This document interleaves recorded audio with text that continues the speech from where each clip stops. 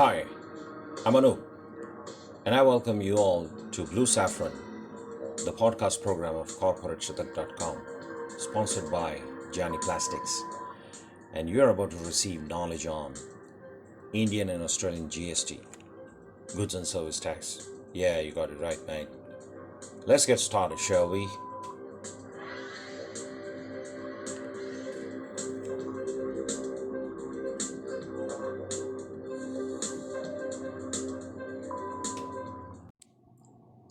Assessments in GST. What's the difference between audits and assessment? If the checking of the records and processes in order to ensure compliance is done internally by an internal team, it's called an assessment. If the same thing is done externally by external body, then it's called an audit. So the question arises, when does the need for audit arise? Well, when turnover of your company crosses a certain limit. You need to submit those audits in form of reports to the government.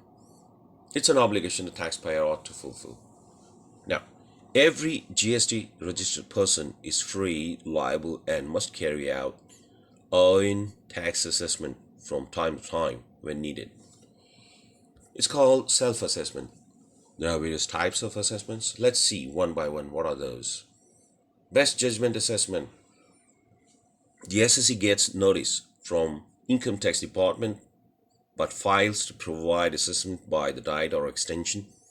In that case, a special request is lodged to an officer who takes a look at the provided evidence and generates a report. Another type of assessment is income escaping assessment. It's carried out on the basis of the evidence sufficient enough to give reasons for reassessment in case SSE has escaped some incomes. Provisional assessment. Now, the registered taxpayer has to submit a request from his side. It's in form of a form given to the GST officer for carrying it out. So he has to fill up the form. It's done in case of bonds or securities where the definite knowledge of the income is not certain at any point of time. So therefore, the provisional assessment. Another type is regular assessment. It's carried out by the government appointed officer with rank similar to the income tax officer. Self-assessment. It's nothing but a consolidation of income and deductions from the SSE. Another type is summary of assessment. The Income Tax Department has access to your income data on the basis of detail provided by you. This report is generated without human intervention.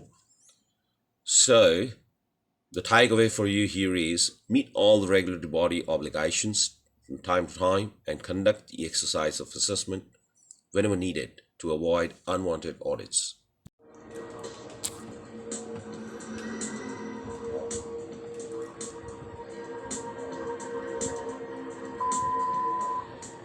So my dear listeners, I hope you enjoyed the audio.